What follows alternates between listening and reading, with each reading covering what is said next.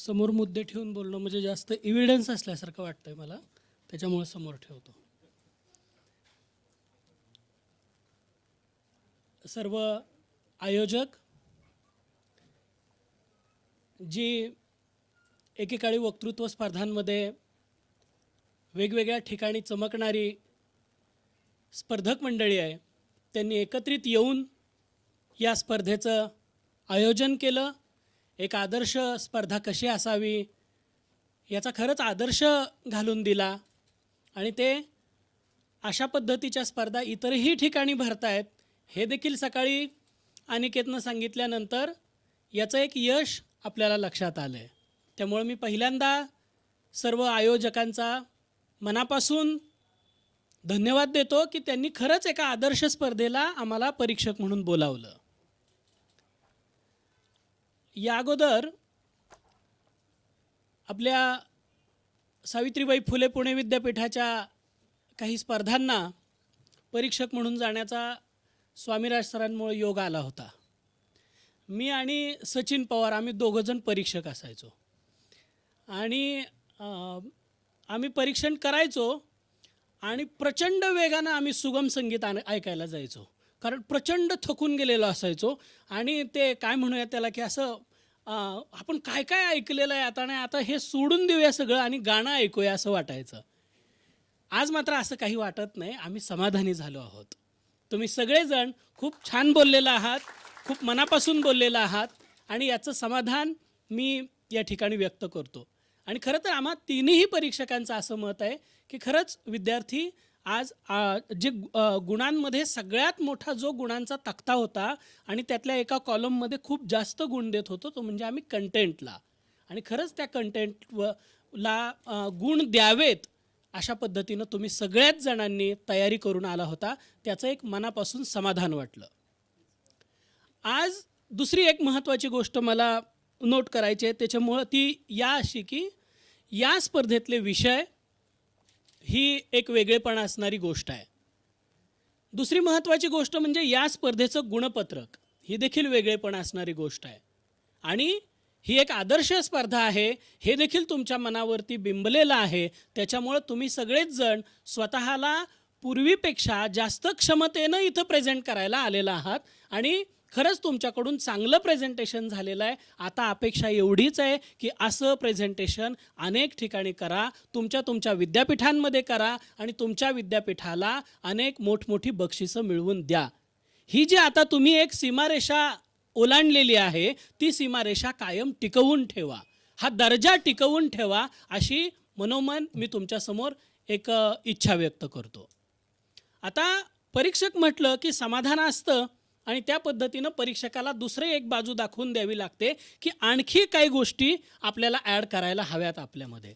आणि त्या गुणतक्त्यामध्ये सुद्धा आम्ही ॲड केलेल्या आहेत. म्हणजे तुमच्या आवडत्या बाजू देखील एका बाजूला लिहिलेल्या आहेत आणि आणखी काय आहेत अपेक्षा त्या देखील आम्ही लिहिलेल्या आहेत.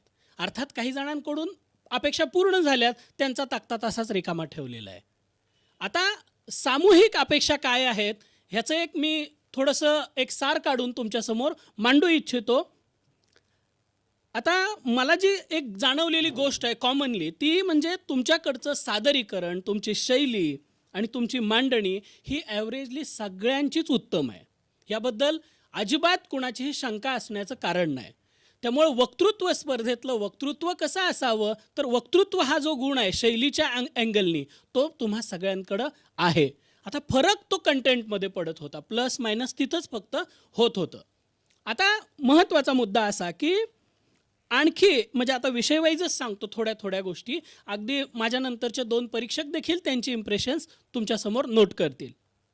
आता ही गोष्ट मला यासाठी सांगायची आहे की भविष्यामध्ये याच्यावरती आणखी आपण भर द्यायला हवा.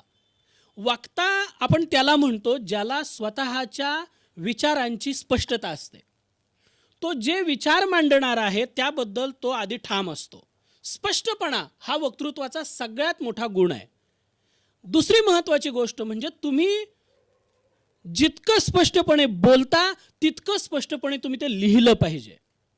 कारण बोलण्यापेक्षा लिहिण्यामध्ये जास्त स्पष्टता असायला लागते आणि तुमचं लिहिणं तुमचं बोलणं हे जितक्या प्रभावात तुम्ही पोचवता तितक्या सोप्या भाषेत आणि अगदी वेगवेगळ्या उदाहरणांसह समोरच्या व्यक्तीच्या ज्ञानाची उंची वाढवता, ती खरी वक्तृत्वाची कसोटी असते. आता मला इथं जाणवलेल्या काही मुद्दे आहेत, ते फक्त मी तुम्हाला प्रत्येक विषयावर तेवढेच नोट करतो. पहिला मला जाणवलेलं आहे की प्रेम करणं ही चळवळ आहे. आता बघा, म्हणजे मला अपेक्षित या ठिकाणी ही बाब आहे की प्रेम ही गोष्ट तुम्ही अनेक व्यासपीठांवरती बोललेला आहात, अनेक वक्तृत्व स्पर्धांमध्ये बोललेला आहात, पण दुर्दैवाची गोष्ट ही आहे की तुमच्या स्क्रिप्ट या स्टेजवरती आल्या की त्या सगळ्या आउटडेटेड होत आहेत. हे लक्षात आलं पाहिजे, कारण आपली ती स्क्रिप्ट इथं चालतच नाही आहे, कारण विषयाचा पूर्ण अँगलच चेंज झालेला आहे. त्याच्यामुळं प्रेम या विषयावरची दुसरी कुठलीही स्क्रिप्ट इथं चालणार नव्हतीच. आता मग इथं काय नेमकं अधोरेखित केलं होतं, आणि तेच इंद्रजित काकांच्या व्याख्यानातून देखील आलेलं आहे. त्यांनी प्रेमावरती देखील महत्त्वाच्या गोष्टी सांगितलेल्या आहेत की प्रेम ही चळवळ कशी आहे. 1 ते 2च विद्यार्थिनींनी याच्यावरती चळवळ या अँगलनी ते बोलले.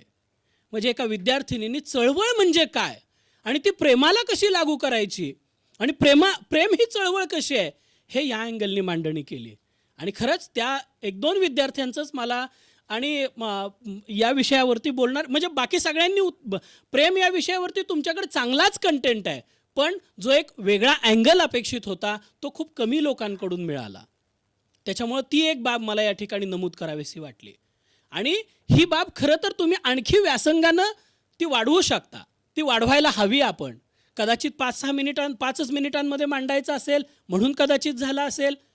दुसरी महत्त्वाची गोष्ट म्हणजे बराचसा कंटेंट अगदी शॉर्टमध्ये तुम्हाला इथे येऊन प्रेझेंट करायचा असतो म्हणून कदाचित झाला असेल. पण ज्यावेळी आपण अशा स्पर्धांमध्ये बोलतो, याशिवाय आणखी काही चांगल्या स्पर्धा आहेत ज्यांचा दर्जा उत्तम आहे. PC अलेक्झांडर स्पर्धा असेल, इंद्रधनुष्य असेल, काय म्हणूयात आपण की आंतरविभागीय स्पर्धा असेल, नॅशनल लेवलच्या कॉम्पिटिशन असतील.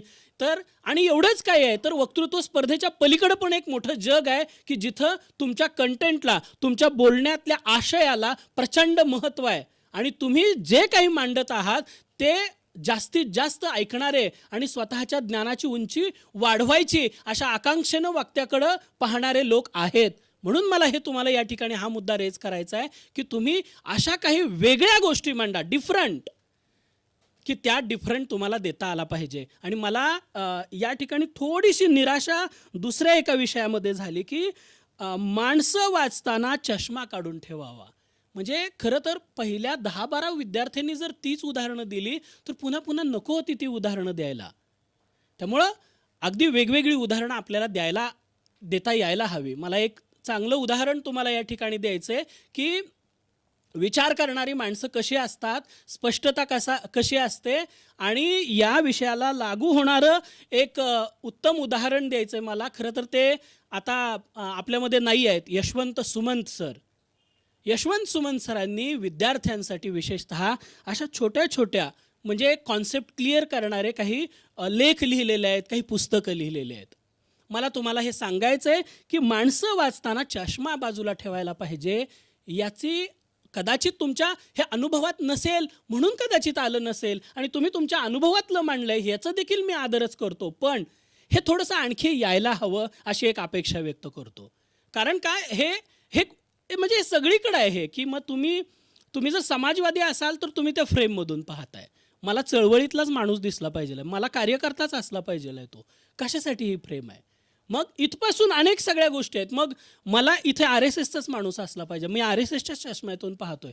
आता मला हे रेज करायचे ही 2 मुद्दे सांगून तुम्हाला की समाजवाद म्हणजे काय, मार्क्सवाद म्हणजे काय, अशा छोट्या छोट्या ज्या कॉन्सेप्ट आहेत ह्या सगळ्या आपल्या क्लिअर असल्या पाहिजेत. आणि या कॉन्सेप्ट जर क्लिअर असतील तर असा विषय मांडायला आपल्याला जास्त सोपं जातं. हे झालं विषयाच्या बाबतीत.